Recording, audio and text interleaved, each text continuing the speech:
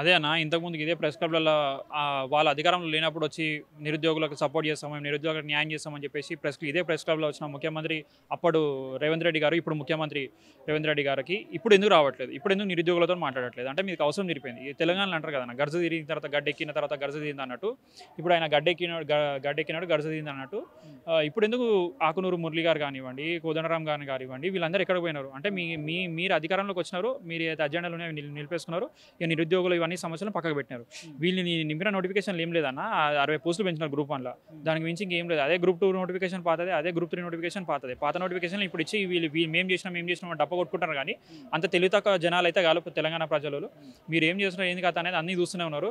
మీకు ఈ ఏమంటారు పిల్లర్ల మీద పెట్టే అడ్వర్టైజ్మెంట్లు మేము చేసినాం అని చెప్పుకునే దాని మీద ఉన్నంత శ్రద్ధ ఒక విద్యార్థులను పిలిపించి అసలు మీ సమస్య ఏంది, మీ బాధలు ఏంది అని చెప్పేసి, ఇది ప్రజాపాలన, మేము ఇది గడి దాన్ని తీయేస్తున్నాం మేము అవి అని ఏదో మాటలు మాట్లాడుతున్నారు. కానీ మాటలు కాదు చేతలు చెప్తాయి. మీరు ఏంటన్నారు, మీరు మాటలు ఖచ్చితంగా తప్పినారు. మీరు వెన్నుపోటు పొడిచినారు తెలంగాణ నిరుద్యోగులను. ఆ సమస్యలు ఏవైతున్నాయో ఆ సమస్యలు అట్లనే కంటిన్యూ అవుతున్నాయి. సో ఇప్పటికి మేము ఆల్రెడీ సుప్రీంకోర్టు దాకా పోయినాం, హైకోర్టు దాకా పోయినాం. మాకు మళ్ళీ హైకోర్టులో న్యాయం దొరకకపోతే మళ్ళీ సుప్రీంకోర్టు దాకా పోతాము.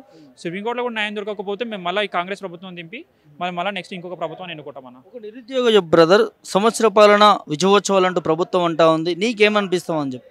ఇది ఏం లేదన్న, ఇది సొమ్మకొంది సోకొంది అన్నట్టు.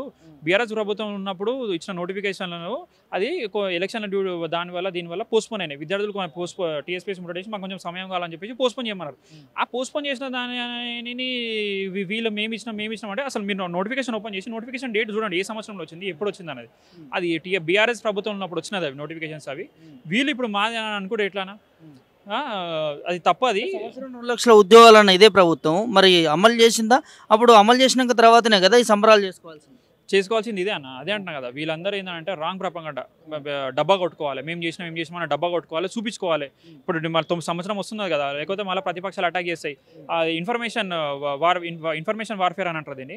అంటే చెప్పుకోవాలి, చేయకపోయినా సరే చేసినామని చెప్పుకుంటే కానీ వీళ్ళకు మళ్ళీ నెక్స్ట్ ఇప్పుడు స్థానికంగా ఉన్న ఎలక్షన్స్లలో ఓట్లు పడమని చెప్పేసి ఒక బాధతోనే వీళ్ళు ముంగల్కి పోతున్నారు. సో దాన్ని మేము ఖచ్చితంగా ఛేదిస్తాము. వీళ్ళ వెనకలు ఉన్న రహస్యము, దీని వెనకలు ఉన్న కుట్ర, వీళ్ళు అసలు ఏం చేయలేదు, చేసినామని చెప్పుకుంటున్నారని చెప్పేసి మేము స్థానిక సంస్థలు ఉన్న ఎలక్షన్స్లలోకి ఖచ్చితంగా మేము వెళ్తాము. మేము వాళ్ళకి ఖచ్చితంగా చెప్తాము. ఇది ఇక్కడ మనకు న్యాయం జరగకపోతే మేము సుప్రీంకోర్టు కూడా పోతాము. సో పదయాత్ర చేయడానికి రెడీ ఉన్నాం, బస్ యాత్ర చేయడానికి కూడా రెడీ ఉన్నాం. మేము ఇప్పుడు కాదు, మేము మహారాష్ట్ర కూడా పోయి కూడా వీళ్ళు చేసిన న్యాయం మళ్ళీ అక్కడ పోయి మళ్ళీ 6 గ్యారంటీలు 7 గ్యారంటీలు అంటున్నారు. 6 గ్యారంటీలు కాదు, ఉన్న ఒక బస్ మీకు గ్యారంటీలే చెప్పాను. ఇప్పుడు అన్నీ వదిలేసేసి మా సమస్య పక్క 6 గ్యారంటీలు అన్నారు. 6 గ్యారంటీలు ఎన్ని గ్యారంటీలు ఇచ్చినారు? బస్సులో ఫ్రీ టికెట్లు అన్నారు, బస్సులు తక్కువ చేసినారు. కరెంట్ బిల్ 200 అన్నారు. ఆ 200 యూనిట్లు ఇంకా అప్లై చేసిన వాళ్ళు చాలా మందికి వస్తలేవు. గృహజ్యోతి అన్నారు, అది ఫెయిల్ అయిపోయింది. బస్సు ఇది అన్నారు, ఫెయిల్ అయిపోయింది. సక్సెస్ అయ్యాయి కదా ఇప్పుడు విజయోత్సవాలు ఏడో సక్సెస్ అయినా ఇది మీకు తెలుసు, నాకు తెలుసు. సక్సెస్ అయినా మీరు అక్కడ రోడ్డు మీద పోతే 10 మందిని అడగండి ఏవి సక్సెస్ అయినాయి 6 గ్యారంటీలలో. ఒకటి సక్సెస్ కాలేదు. ఆ బస్సు ఎక్కిన అడుగులు తిట్టుకుంటాను, మేము టికెట్లని ఇస్తాం కానీ బస్సులు మాకు పెంచండి అని చెప్పి. సక్సెస్గా విజయోత్సవాలు ఎట్లా చేసుకుంటున్నారు?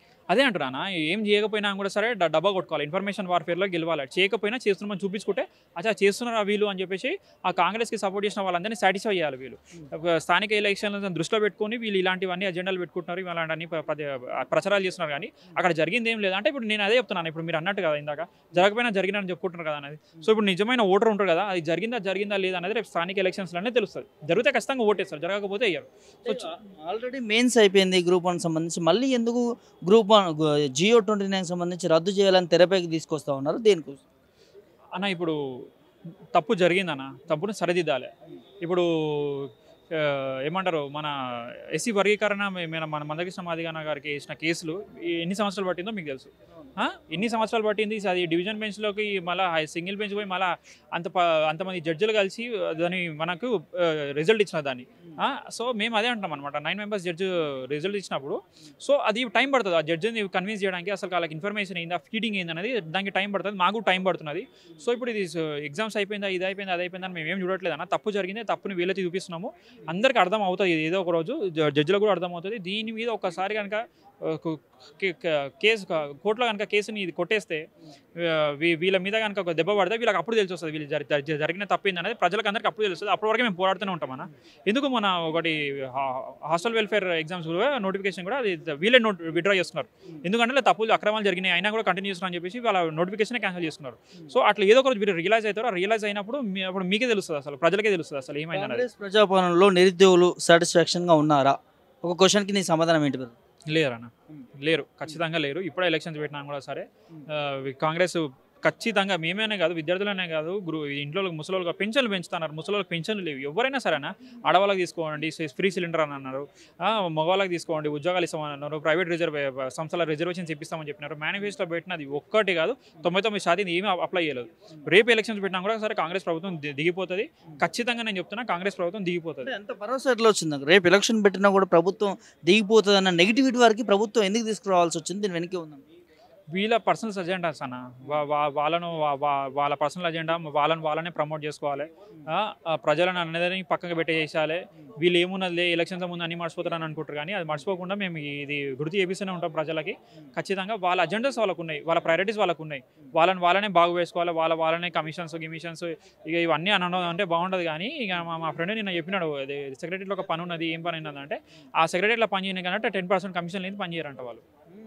ఎవరు అజెండాలు వాళ్ళకు ఉన్నాయన్న. ఇప్పుడు ప్రజా పాలన అన్నారు, అదన్నారు, ఇది చేసినామన్నా. కానీ నేను అసలు సింపుల్ క్వశ్చన్ అన్న, ఎందుకు ఇంతకు ముందుకు అధికారంలో లేనప్పుడు రేవంత్ రెడ్డి గారు వచ్చి విద్యార్థులతో మాట్లాడినారు ఇదే ప్రెస్ మీట్లో, ఇప్పుడు ఎందుకు రావట్లేదు? ప్రజాపాలనలో నిరుద్యోగులతో ఒక్కసారి కూడా ముఖ్యమంత్రి మాట్లాడలేదు అన్న. ఇప్పుడు ఎక్కడ మాట్లాడారన్నా?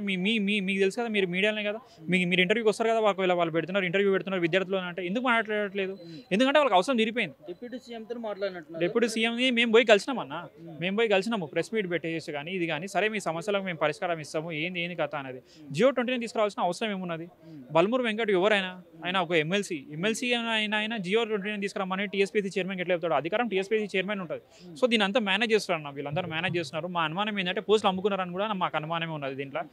ఈ కాంగ్రెస్ ప్రభుత్వం వాళ్ళకి ఇదేం కొత్త ఏం కాదు. ఇంతకు ముందుకు వాళ్ళ అధికారంలో ఉన్నప్పుడు అట్లే చేసినారు, అప్పట్లో ఉన్నప్పుడు ఇప్పుడు అట్లే చేస్తున్నారు. అంటే మేము ఎవరిని అడిగినా, మా పెద్దలను ఇంతకుముందు కాంగ్రెస్ పరిపాలన ఉన్న వాళ్ళందరినీ ఎవరిని అడిగినా కూడా సరే వీళ్ళ ప్రభుత్వం అంటే ఇంత అని చెప్పేసి ఒక టాక్ ఉన్నది. వీళ్ళు దాన్ని నిలబెట్టుకుంటున్నారు. కానీ అసలు కాంగ్రెస్ ప్రభుత్వం ఎవరన్నా సార్? రేవంత్ రెడ్డి ఎవరు? టీడీపీ క్యాండిడేట్ అయినా, టీడీపీ క్యాండిడేట్ ఇక్కడ వచ్చి సీఎం అయ్యాడు. అసలు ఆయన కాంగ్రెస్ క్యాండిడేటా? అసలైన కాంగ్రెస్ క్యాండిడేట్ అందరినీ పక్క పెట్టినారు. కూర్చోమంటే కూర్చుంటున్నారు, లో మంటే లేస్తున్నారు. ఎవరు అసలైన సిసలైన కాంగ్రెస్ వాళ్ళు? టీడీపీ క్యాండిడేట్లు, వైఎస్ఆర్సీపీలకి వచ్చిన వాళ్ళు, వీళ్ళందరూ మొత్తం ఇప్పుడు ఆక్రమించుకున్నారు. బీఆర్ఎస్లకి వచ్చిన వీళ్ళందరూ అసలు ఇది కాంగ్రెస్ ఫ్యాబ్రిక్ అనేది మొత్తం దెబ్బతిన్నదన్న. అసలు వీళ్ళందరూ కాంగ్రెస్ వాళ్ళే కాదు. వీళ్ళందరూ వీళ్ళ పర్సనల్ అజెండాల నుంచి ఎట్లా అధికారంలోకి రావాలి, ఎట్లా మినిస్ట్రీలో పోస్టులు తీసుకోవాలి, ఎట్లా కాంట్రాక్ట్లు కొట్టాలి, మా ఆస్తులను 100 రేట్లు 200 వేట్లు పెంచుకోవాలి, కులగలను అని చెప్పేసి పబ్లిక్ని డైవర్ట్ చేస్తారు. ఎందుకు కులగణనలు? ఎందుకు అసలు నాకు అర్థం కాదు. కులగణనలో వస్తే దానికి రిజర్వేషన్కి సంబంధం లేదు. రిజర్వేషన్లు ఏమో దూట్లో పొడుస్తారు, కులగణనలు అని చెప్పేసి ఏమో మళ్ళీ ప్రజలను రెచ్చగొడతారు. నా అన్యాయం జరుగుతుందని చెప్పేసి. ఎక్కడ అన్యాయం జరుగుతున్నది? ప్రజలను డైవర్ట్ చేస్తున్నా. ఏదో ఒక రోజు కులగణనలో ఆల్రెడీ బీహార్లో జరిగింది, కానీ అక్కడ ఏం ప్రయోజనం లేదు ప్రజలకి. రిజర్వేషన్ తుట్లు కొడుతున్నారు, ఏమంటారు సంపన్నులకు న్యాయం జరిగేటట్టు చూస్తున్నారు వీళ్ళు, అంటే లాభం పొందేటట్టు చూస్తున్నారు. అన్యాయం ఏమో ఇక్కడ ఎస్సీ ఎస్టీ బీసీలు అవుతున్నారు, ఈడబ్ల్యూఎస్ వాళ్ళు అవుతున్నారు. సో ఇది ఏదో ఒక రోజు అయితే ప్రజలందరూ కన్ను తెరుస్తారు. మీరు చెప్పే సొంత స్వలాభాల కోసమే ఇక్కడ ప్రభుత్వం చూస్తుందని అంటారా? 100% అన్న, 100% అనాల్సిన అవసరం లేదు. అందరికి అర్థమవుతున్నది. అది వచ్చే ఎలక్షన్స్లో ఏమున్నది ఏంది కదా అనేది ఇంకా క్లియర్ కట్గా అర్థమైంది. ఏంటంటే ఇది అదే నా ఎలక్షన్స్లో ఫైనల్గా ఏరు కోరు తెచ్చుకున్న ప్రభుత్వం నిరుద్యోగులు అని చెప్తా ఉంటారు. మాటకి ముఖ్యమంత్రి అన్నాడు నిరుద్యోగులు ఎంచుకున్న ప్రభుత్వం నిరుద్యోగ ప్రభుత్వం అని. అలాంటి నిరుద్యోగులు అసలు కాంగ్రెస్ వస్తే ఇలా ఉంటుందని అనుకున్నారా? మీరు ఊహించింది ఏంటి? అదే మీరు అన్నారు కదా, ఏరుకోరి తెచ్చుకున్నాం కాబట్టి ఎగిరెగిరి అంటున్నారు అనమాట మమ్మల్ని. ఇంకా ఒక 4 సంవత్సరాల టైం ఉన్నది. సరే 4 సంవత్సరాల కదా వెయిట్ చేస్తాము, దాని తర్వాత మేము ఏంటనే చూపిస్తాం. మళ్ళీ వస్తారు కదా, ఆల్రెడీ మేము చేస్తున్నాం. వీళ్ళు బస్ యాత్ర వీళ్ళకి అగేన్స్ట్గా మహారాష్ట్రలో చేయడానికి ప్లాన్ చేస్తున్నాం, అన్ని నడుస్తున్నాయి.